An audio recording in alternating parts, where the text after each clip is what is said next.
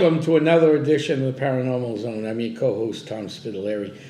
Bob is away today. Today we have Melissa co-hosting with us. Hi, Melissa. How are we doing today? Hi. Good afternoon, everyone. So today we got a great guest on, but before we get today's guest, I just want to let you know we're in the heart of Halloween season. It has begun. Haunted Merrimack Valley has begun, and in southern New Hampshire. We kick it off this Friday night at the Sandown train station in Sandown, New Hampshire. We're going to be doing a ghost hunt over there at the train station, the depot area. It's quite the haunted area with shadow figures, disembodied voices, and many other things. So come on down to that event. It's at the Sandown train station in beautiful Sandown, New Hampshire.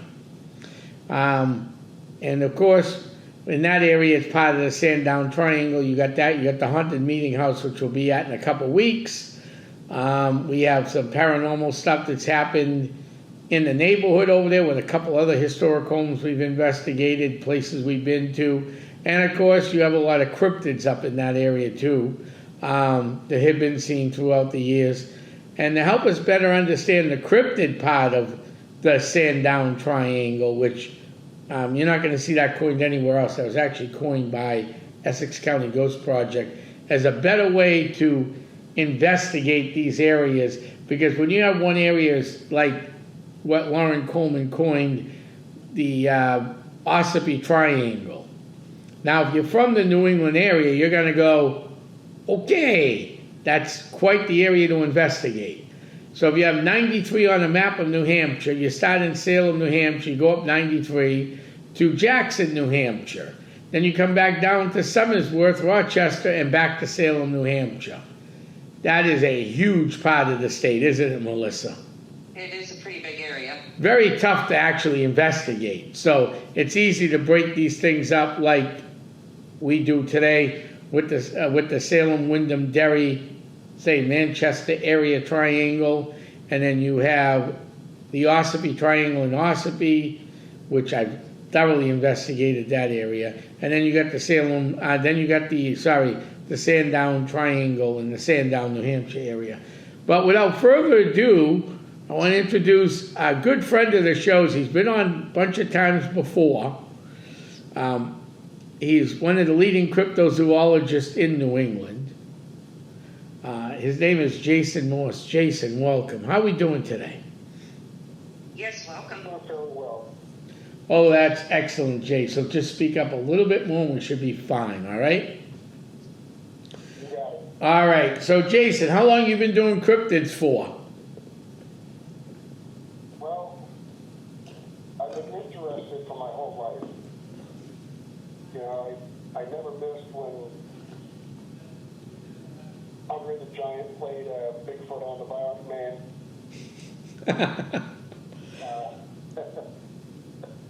I've been interested in it forever. I've been actively investigating since about 2008. So that's a long time. Yeah, I've had a couple of very special opportunities. Mm-hmm. And And before we get to those special opportunities, Jay, it just dawned on me. You know, I'm interviewing you. You got Melissa here. She's listening in. May have a few questions. So, you know, Melissa said off the air before that she's not a lot of knowledge on cryptids, and sometimes we forget things like this when we're doing podcast radio shows. Because I have some knowledge, you have a lot more knowledge than me. You're one of the leading cryptids in my eyes in the region. But what is cryptozoology and what are cryptids? So for our listeners that are listening in all over the world that may not know what this is. well, basically, cryptozoology is the study of. There are going to be people that get mad at me for this, but I got to say it like it is. It's the study of animals that have not been proven to science. Oh, I like that. In a nutshell. In a nutshell. Stir in the pot a little bit. I like it. There are so many people that believe that for instance, Bigfoot is some type of human. I tend to fall in the vicinity that they're very much more animal. I mean, of course, humans are animals. I mean, but Some people may disagree with that. that we do, they don't, you know, they do use tools. They have a form of communication, but they're very rudimentary. Very little what, I'm sorry? They're very rudimentary. Rudimentary. I'm sorry.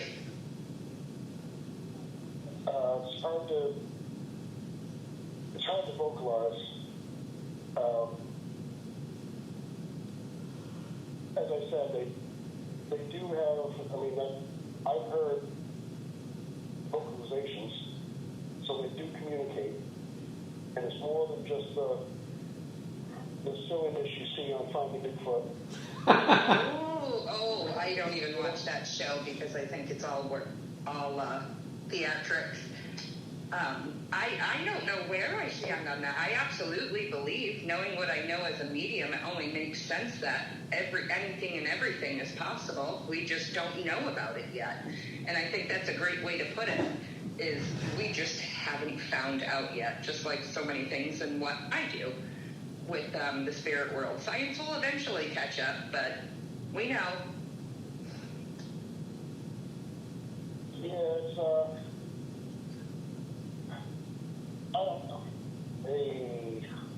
I'm frankly still on the fence about even finding out, because I think that if it was proven to exist, I think it would be very damaging.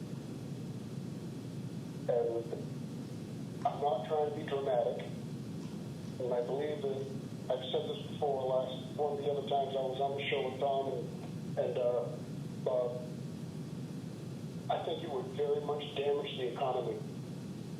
Oh, and why do you think that? You think people are just going to stop and go looking and try and build into that, or try and get their foot in the door, if I should say, to build on what we found out to be the number one, I don't know what you would call it, science team, studying them, business people, the greedy business people, I can see them coming in if they found out it was real. First and foremost, there's going to be the idiots that want to go out and try to hunt one and shoot it. Mm-hmm. Absolutely. They'll be considered an endangered species. Yes. Just because, I mean, the numbers are not gigantic. Right. I mean, they're out there. I know I've seen one on several different occasions. Do you believe that they do have a migration that they follow as well? I was watching a documentary, I believe it was on the northern Pacific area, and it was talking about migration through California and up into Canada. I would have to say, my own opinion. Absolutely. I'm not going to say that it's 100% because nobody really knows, but I mean, it seems like they must. Okay. They're Very good. like wild birds, for instance. Great. Mm-hmm. They don't want to be in New Hampshire or Maine or Vermont in January. Right. Because the weather is good. And I mean, these things are generally very large, robust creatures. But I cannot see how they could possibly withstand a winter in New Hampshire. Right, being left to the elements, if you were. Yeah. Several years ago, I went down to Kentucky and spent some time with the Crypto Cruise founder, Thomas Markham. Oh, that's fun. By the way, a phenomenal guy. He's great. He has more knowledge than I do. But, I mean, it stays fairly warm there all year round. Mm-hmm. I mean, much more so than up here. I mean, they don't see very many sub-zero days. And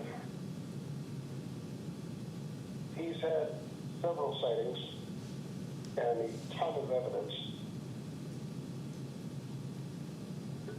I mean, I certainly believe that they do migrate.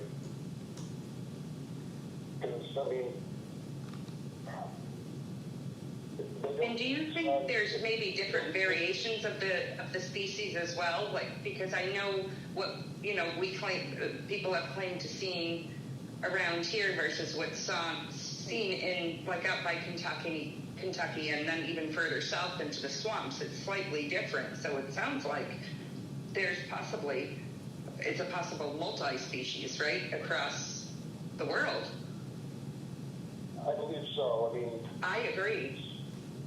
there's obviously Bigfoot, who's, I mean, that's the most common that people think about.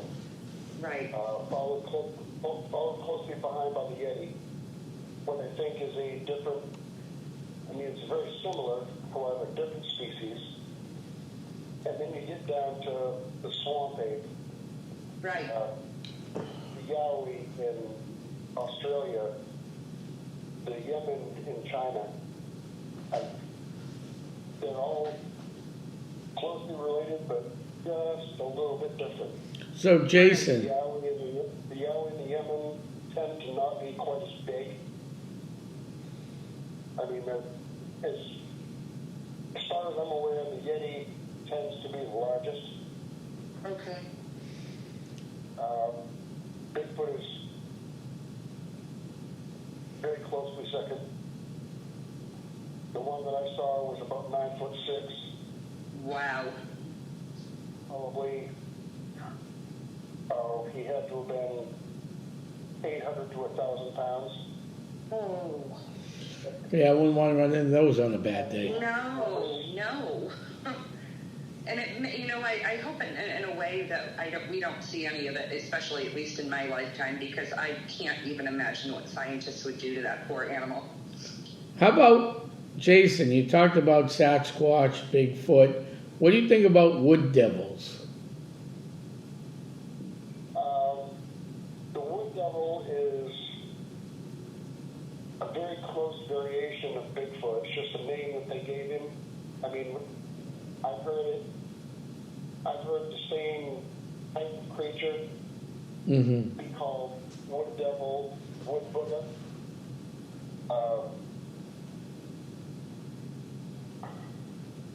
I can't think off the top of my head what some of the other variations of the name is, but there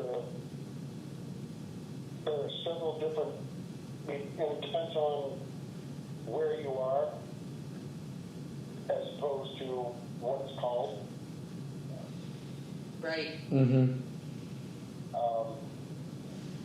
Most of the ones that you find in the U.S., aside from the skunk ape, which I believe is a totally different branch. Okay. I mean, they're more ape-like than your Bigfoot or Sasquatch. Okay, gotcha. Other than that, most of them are pretty much the same thing. Very interesting, Jason. Very interesting. It sure is. It's speculation on my part, because no one really knows for sure. I mean, Right. like I said, I've only had a few sightings of one, which I know was the same individual several times. Okay. And that Tom and Bob knows about this. I've spoken about it many times. Did you freeze? Did you feel fear when you saw him? Oh, I think I would freeze. I don't know what I would do if I encountered something that large out in the woods. I was actually, at the time, living in Newmarket, and I was walking my dog, Midas, who was a golden retriever.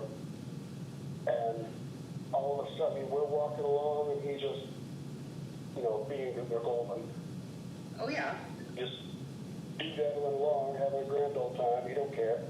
But then all of a sudden, he freezes, and he's staring off into a swampy area. All of his hair on his back stood up. He started growling. I looked down. Oh, wow. So I kind of stood behind him and tried to line myself up to where he was looking. And I see something. And at first I was like, oh, crap. A friggin' bear. Right, that's the first thing I would think, too, being in New Hampshire. Right. Yeah. I mean, I was concerned for myself and obviously the dog. Oh, of course. And I was just like, okay, bud, time to hit the road. Let's get the hell out of here. If a golden's growling, that means it's time to go. Right. Yeah. I've never seen a golden in a defensive position like that ever. And he was absolutely looking out for you. He wasn't the growling type. Right. I know I encountered someone on a walk once. This is just an example. And my dog growled in a way I never heard them growl before. And I just knew I had to get out of there, and that was not a good person. So I can imagine if your dog did that and you're not used to it, yeah, it's time to go. Yeah, but I got myself into a position where I was looking in the same area that he was, and I saw something, and it was like moving left to right, like peeking around. It was like hunkered down behind this little tiny, I guess you'd call it a knoll. Okay. And it was just a small raised area, and it was hiding behind it, and it kept on looking. And I was Like it was trying to hide from you to make sure he didn't see you as well? Like, do you think he was scared as well? I don't know if he was scared. I just think that he was. I really don't know. Okay. He was certainly trying to stay hidden. Okay. And again, initially I was like, no, crap, a bear. And that's not something that I wanted to deal with. Because all I had on me was a pocket knife and a dog that would love you long before he would try to bite you. Right. So I was like, oh God, I don't know how this is going to work out. So I got him to move, and then I was like, I got to try to get a picture of this thing. So I took what turned out to be a terrible picture because I was using my cell phone, and he was probably, I don't know, 200 feet, maybe 100 yards away. And this was back in how many years ago? It was May 8th, 2012. Yeah, so cameras were not what they are now, not even close to what they are now No. on a cell phone. Correct. So I got the dog to break off, and I was like, let's just go home, buddy. And I glanced over my shoulder after taking this terrible, terrible picture. And I see that they stand up, and he just started walking away. And when it did, it bumped his head on a branch. And I saw the branch bounce. Just Oh, no. like a small wispy branch. So I took note of where that was. I wound up bringing the dog home. I went back out and grabbed a pair of rubber boots because, like I said, the area that he was in was kind of swampy. Okay. And when he stopped to walk away, he was standing in water just over his knees. When I got out there, unfortunately, the water was almost to my hips. Oh, wow. And when I had gone home, I grabbed the sidearm. I remember the branch that he bumped his head on. So I grabbed the tape measure. The branch was 9'4" from the ground where I was and where it was standing at the time. So I put him around 9'6".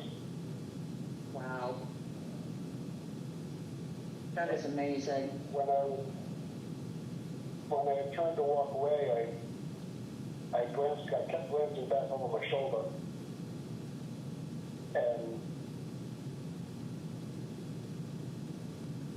I'm sure that everyone listening is probably familiar with the Patterson Gimlin footage. Yes.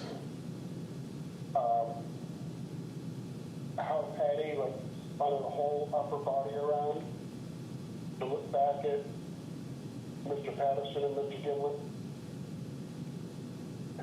That's what he did. And every single emotion that I had at the time came right to bear. There was fear, excitement, bewilderment. It was the most phenomenal feeling I've ever had, to be honest. Wow. You can,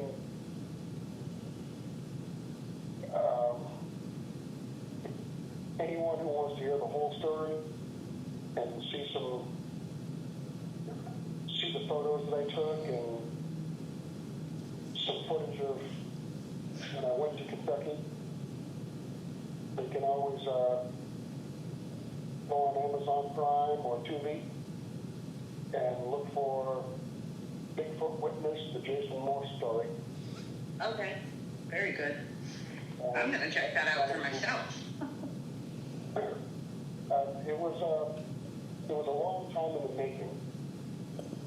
It was several years because I did a lot of research.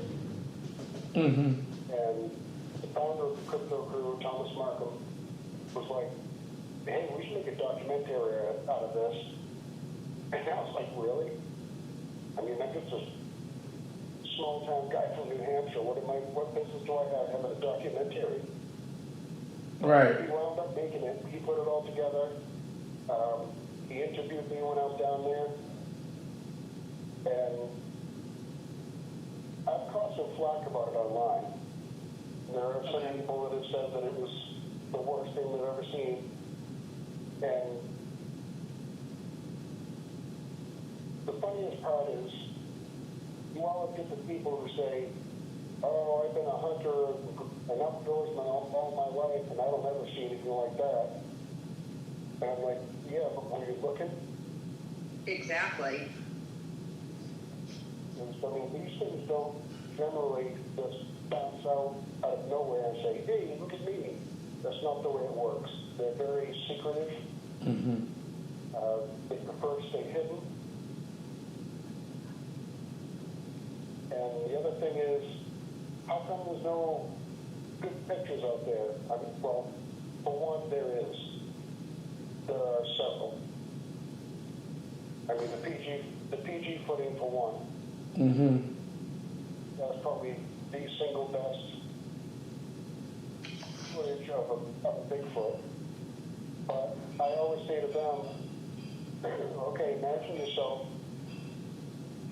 Let's suppose you're out there deer hunting or turkey hunting or whatever, and you see a 8-9 foot plus tall humanoid type of creature walk by. Are you going to be able to frame the picture without, I mean, basically shaking like crazy? Right, your adrenaline must go through the roof as soon as you realize what you're witnessing. Right. It was crazy. Oh no, you're definitely getting adrenaline rush. For a long time, and even I couldn't believe it. I mean, it's so many people out there won't say it's not real, Mm-hmm. or that they have never seen it. Well, like I said, they haven't seen it because they won't look at it. Right. Or they're not looking in the right places. Yeah, I mean, you have to know what to look for. You have to know where to look. I mean, there's a lot of things that you have to know if you want to get into this Mm-hmm. field of investigation. There are a lot of things you need to know. So it's not hunting. It's not where you casually bump into a deer in the woods. Right, exactly. Yeah, it's difficult. And like Tom said, the wilderness of New England is a difficult place to walk around in. It is. It's hard to traverse.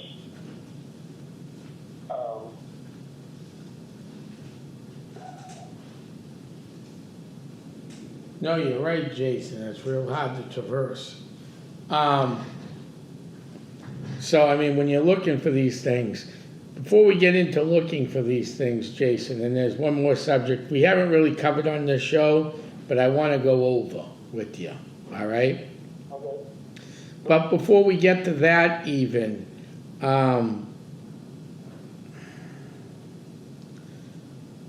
now, some say TV shows have helped fields out in the paranormal cryptid UFO. Some say they have not. What is your opinion of TV shows helping out cryptid research? Do they help it out or do they set it back? Oh, good question.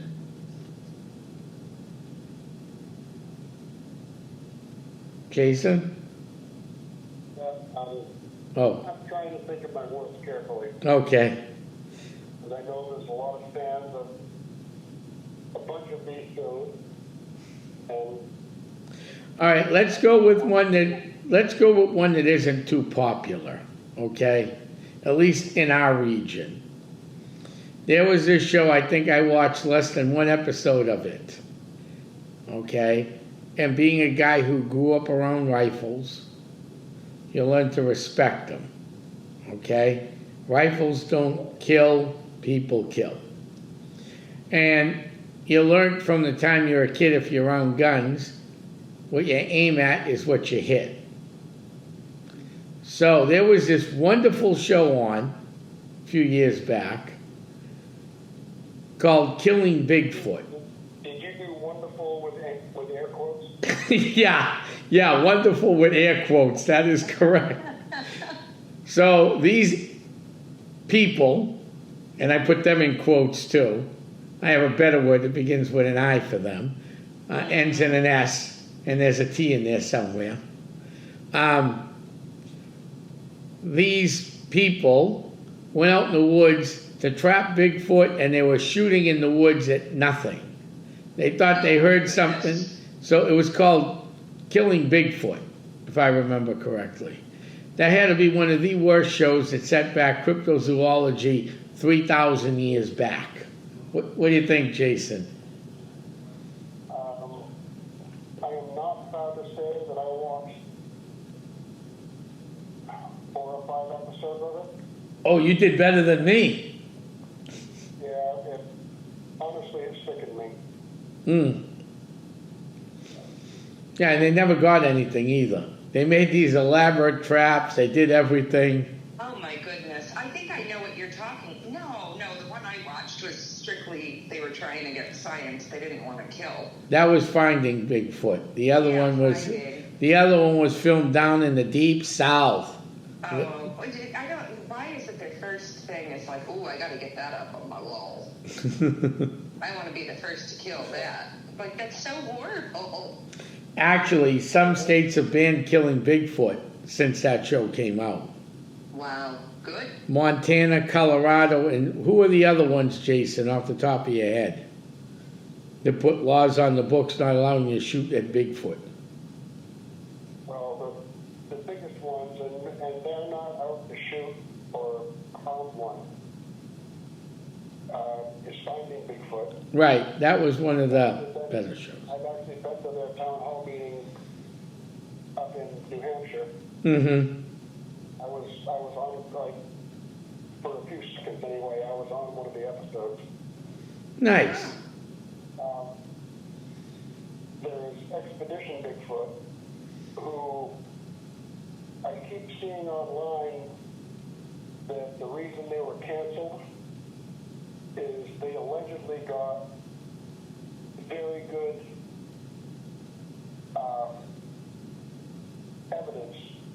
Oh. I don't know if it was a photo or a video or what, but allegedly they got extremely good footage in one way, shape, or form, and they were canceled for it. Is that because it's taking the fun out of it, right? The whole lore from these production companies is to keep people watching. Yeah, and I can't help but think that They're doing I'm something not else. a conspiracy theorist whatsoever. Right. The government might have something to do with it too. Well, Right. I had a good friend of mine, he doesn't go out doing Bigfoot stuff, but he likes reading about it just at home. Okay, watching the shows on TV. He actually coined the phrase Finding Bigfoot, not that phrase. He said the show should have been called Not Finding Bigfoot. Yeah, I met the whole crew, Mm-hmm. and I'm going to be very blunt. I mean, I'll be nice, but I'm going to be very blunt. Nothing wrong with that. Cliff Barotman is one of the most humble, nicest guys that I could ever think to meet. Mm-hmm. And frankly, the skeptic on the show, Renee, was amazing. Yeah. Well, because she even when she's a skeptic on TV, she's actually sounds real. Yeah, I mean, she's highly intelligent. Mm-hmm. Just the nicest person that you can imagine. I mean, her and I sat and talked for almost a half an hour. Oh, wow. And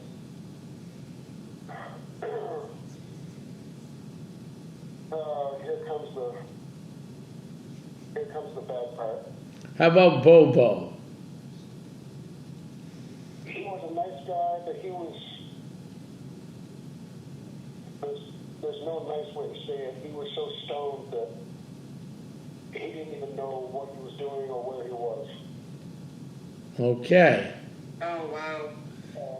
And how about their fearless leader, Matt Moneymaker? He is.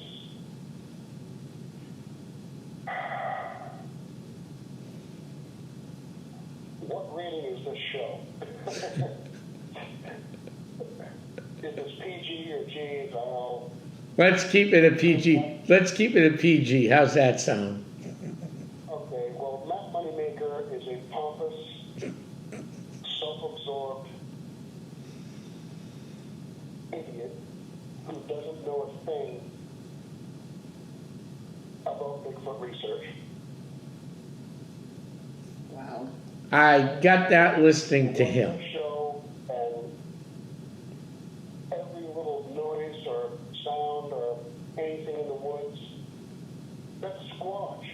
I mean, no, it's not.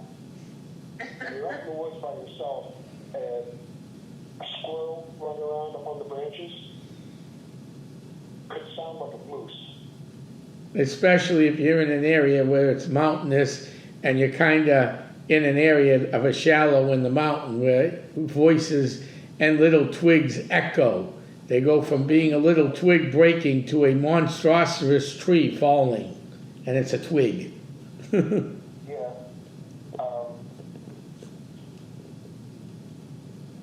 It's just, I mean, it's probably mostly for ratings. Why every little twig snap is and I absolutely despise the word squatch. And show it some respect and call it by what it's called. Right. Sasquatch.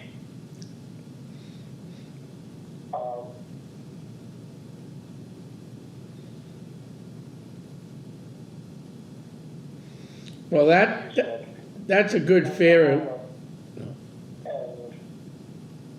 the noise in the woods could amplify an amazing amount. That is true. I mean, I've heard acorns falling and it sounded like someone throwing beach ball sized boulders at me. Wow. Right. No, I think we do. That's why, it's not that I'm not interested. I'm absolutely interested, but I know a lot of those shows are all for ratings, and it's making a mockery of people who truly believe and are really trying to find out the answer. Yes. Yeah, I do. I think they make a mockery out of everybody out here trying. All right. So we're going to get into another subject. There's also, sorry Tom, but there's No, also finish up. another show out there called Mountain Monsters. Oh, yeah. Yeah. I know exactly what you're talking about. Completely ridiculous. It's so That bad. is That is the second worst show out there, I think, outside of killing I turned it on Bigfoot. for like 30 seconds a few weeks ago, and I was just like, I cannot believe this, and I just felt dumber watching it. I had to turn it off. Yeah, I lost about 30 IQ points in the first 2 minutes. Yeah. Yeah. All right, Jason, we've done some Bigfoot. You've done some Bigfoot research with, our good friend Bob. The last time I had you on, we didn't really get into discussing this, and I should have maybe prepped you a little earlier. But Dogman. Now, I just looked up Dogman, okay? In some records that I've had from doing research on cryptids in New Hampshire, period, okay? And Yep.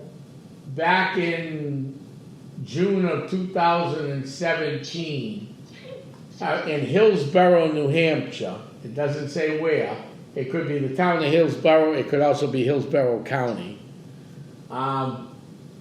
This guy was walking with his dog near the local high school fairly late one night, had gone into there plenty of times, and all of a sudden he got frightened while walking his dog. The dog stopped whimpering, which was strange because he normally was a very brave dog. After walking 10 minutes longer, he heard some branches scratching and everything else. Suddenly, after a long minute, he could tell something was following him.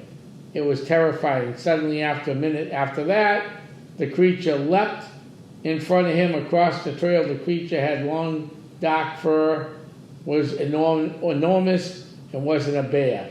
It was like a very muscular, huge wolf. After seeing this, he picked up his dog and sprinted off the trail without seeing it again. That is easily one of the most terrifying nights of this guy's life. Okay? So that was a Dogman encounter, is what he was saying. What do you think about Dogman? I think that probably out of all the cryptids, they're basically the most terrifying thing in the woods. Oh, wow. These things are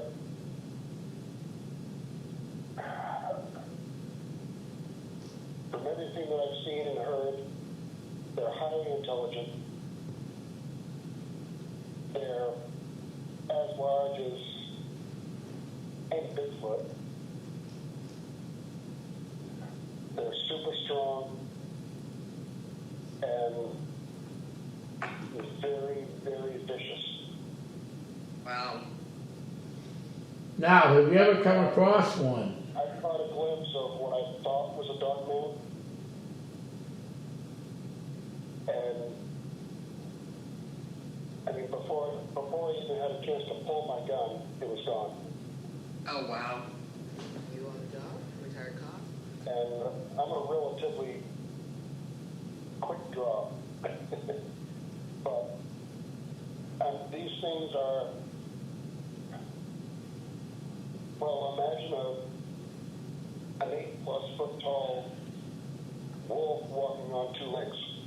That's basically That's what a dog man is, huh? That's what I'm trying to read up on it right now because I've never heard of it. It's basically a werewolf. I mean, Basically, okay, so that's what I can kind of think of, like the build when the werewolf is on its 2 legs. Wow. Yeah. I don't even know how to put it. The things are just simply terrifying. Yeah, a woman in Barnstead had a sighting. It says in 2003, a notable example. I'm going to have to look for or read up on that a little bit more. Yeah, I think I've heard of that one. I was on I've gone with some members of STIRS, which is Seeking the Unknown Realm Society.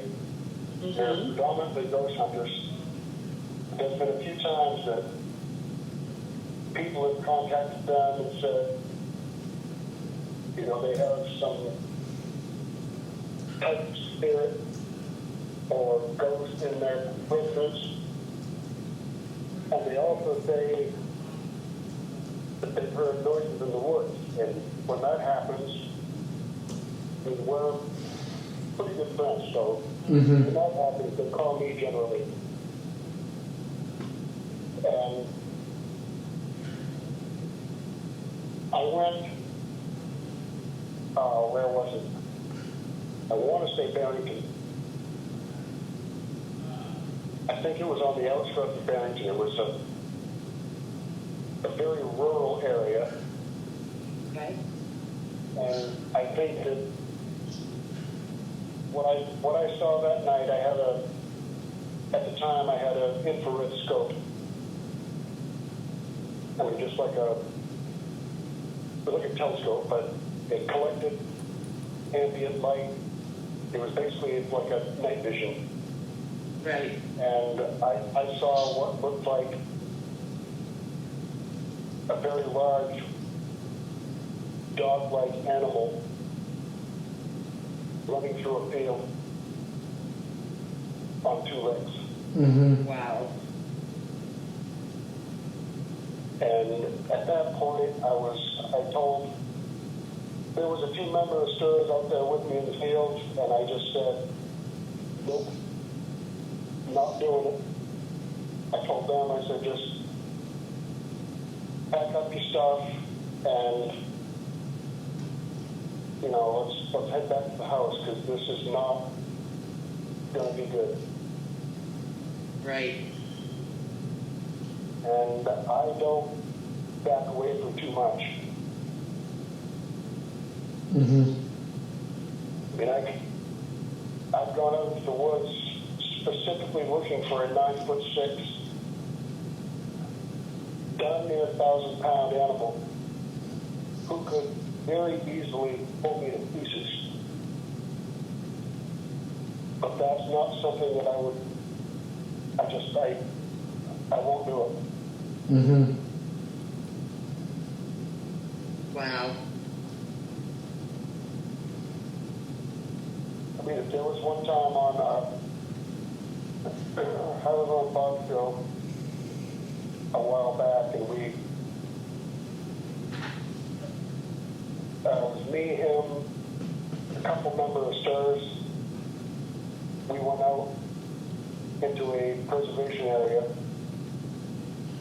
where I'd seen a line of footprints that previous winter. Mm-hmm. I think it was spring or summer when we went out, and we didn't really get much. We got into one area that we all could smell. I mean, I knew there'd been a Bigfoot there. So they have a very distinct odor. Yeah. Okay. Like, it's the smell of, like, bad catalytic converter, rotten eggs, and skunk mixed together. Oh. Ugly. They give off a horrendous odor.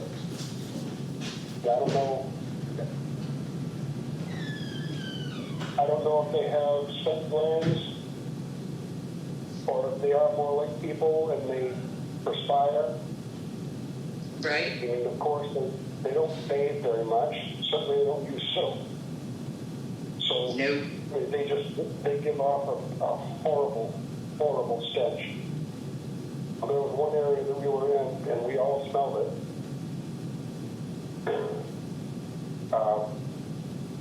Myself, a couple girls from Stars, and the cameraman, Art, we all could smell it. And it's sometimes little things like that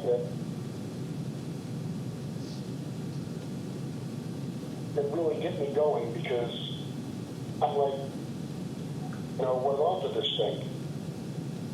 Right. It must have been here like within the past hour or so. We never wound up seeing anything because we were out there in broad daylight. But it was a good day.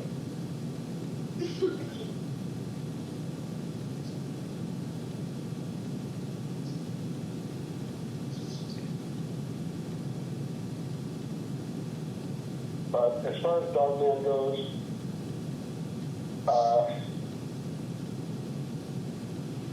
boy,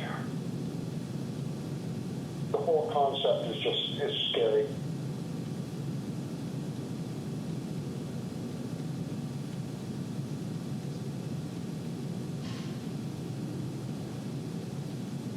And that's about it.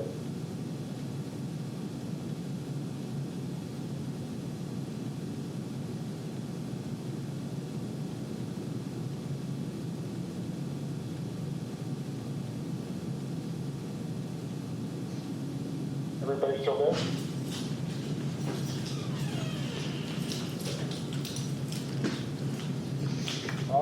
Yeah. What's going on? Oh, I thought I lost you. No, we lost Melissa though. Hold on a minute. We lost Melissa. We had a little technical difficulty. We're all set though. Gotcha. I'm sorry about that. My phone just died. That's all right. We had some It technical. just went out on us. Hey, that's what happens when you do a paranormal podcast. Hey, one I last have thing. my phone plugged in too, so. That's all right. One last thing, Jason. We had a little technical pop here. I think the building we're in anyhow. I mean, we're high atop the overlooking the city of Lawrence in a very haunted mill building here at 60 Island Street, Lawrence, Massachusetts. So, I mean, things weirdly happen here. Before we end today's show, all right, we're almost to the end here. We talked about Dogman. Thank you for that. We talked about Bigfoot. Now, there are probably people sitting at home going, I can be a Bigfoot researcher, just like they sit at home and go, I can do ghost hunting. Right, right. Now, Jason, I've taken courses on Northwood safety. I'm certified in all the backwoods trailing. Do Do you suggest people just go grab a camera and walk out in the woods and look for Bigfoot? Absolutely not. Nope. There are, That will lead to a lot of rescues and money from the state for the state, though. Yeah. yeah, true. I've been, for a few years, I was a paramedic. I currently hold a degree in medical assisting. And to me, I go out in the woods and safety is priority. I always have a med kit. I mean, I don't go out in the woods wearing board shorts and flip-flops. Mm. I wear like good sturdy pants and boots, and I never go out unarmed. I mean, I don't go out and shoot anything, but I mean, there are things. I mean, even here in New Hampshire, there are things out there that could hurt you badly. Oh, big time. And even wolves have been creeping. I'm in, like, on the Manchester-Auburn line. Wolves are creeping in as well. I have a client that got one on her camera, and my aunt got a picture of a big wolf in Londonderry. So you don't go out there unarmed. You don't go out there. No. It wouldn't be smart. I was out one time, and I basically got surrounded by a pack of coyotes. Wow. And I'm not sure if they were rabid or not, but they were stalking me. Wow. And, you know, I had my weapon in my hand. I didn't want to hurt any of them, because that's not who I am. I mean, I'm not even a hunter. But that was a very unique situation to be in. I guess is the best way to put it. I bet. Because I really felt like I was in danger. Right. Well, no, that's To why. answer your question, now, I mean, do you have to know? I mean, you don't have to. I mean, you can be silly and just go out in the woods if you want. Right. But it's good to know a little bit of things about, you know, wilderness safety, even survival. I mean, sometimes you go out in the woods, you get turned around, you don't even know where you are, and you get lost. Right. And if you have to wind up spending the night outside, which I have done, I've gotten myself lost on more than one occasion and spent the night outside. So you got to kind of know what to do, how to do it correctly, and you got to know what to look out for, because, I mean, yes, New Hampshire and New England is not Africa. You know, you're going to have, aside from a bear, coyote, and I do believe there are still wolves here. Mm-hmm. Oh, absolutely. There is. There are things out there that just, they'll hurt you. And if you're not prepared and have the knowledge to identify those things, you can find yourself in quite a pickle. Right.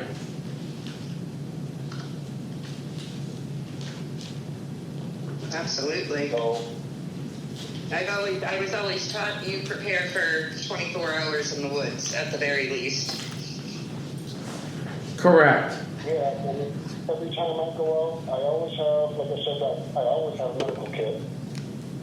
It's, I mean, you can slip and fall, break an ankle or whatever, or, you know, otherwise get hurt, but you have to be prepared for that. I always have you know, I generally carry around some type of food. Usually it's a protein bar or a granola bars or something like that. Because you never know what's going to happen. Absolutely. I mean, too many people just wander up there and go looking around. Excuse me. And they find themselves in a situation that could have been so easily prevented.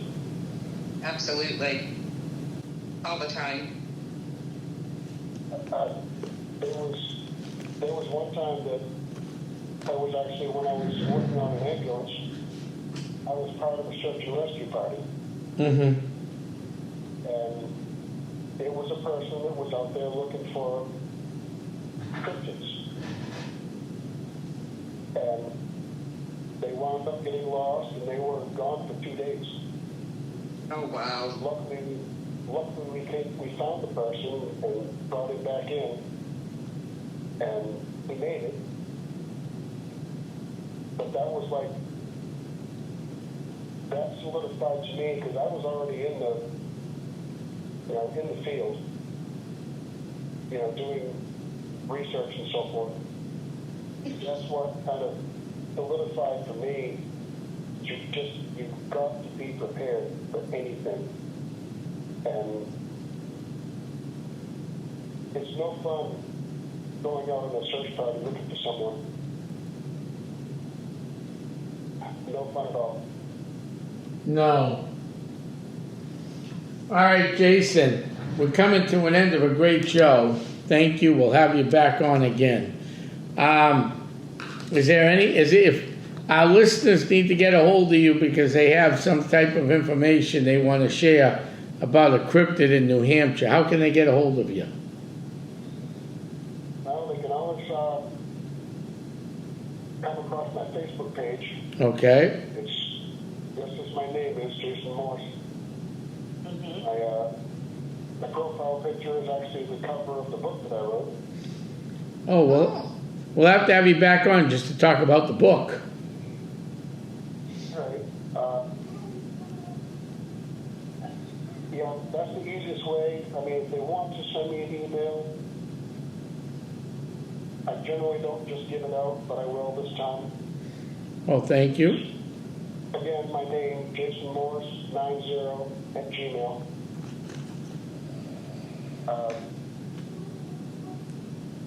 I mean, as you know, and Bob certainly knows, I love talking about the subject. Mm-hmm. And I love sharing things that I've discovered along the way. And I would be happy to do my best to answer any questions that any viewers or listeners would have. All right. Well, thank you, Jason. Thank you so much. It opened up my eyes a lot. I learned quite a bit tonight. I want to thank Melissa for helping out tonight. I want to thank Jason. I want to thank everybody who tuned in across the big lake known as the Atlantic Ocean. People have tuned in as far away as Mexico, Russia, and beyond. I want to thank everybody. I'm heading back to the crypt. Good night, and don't forget, this Friday night we will be at the haunted Sandown train station. Jason, if you're around, come on down. It's a great place in Sandown, New Hampshire.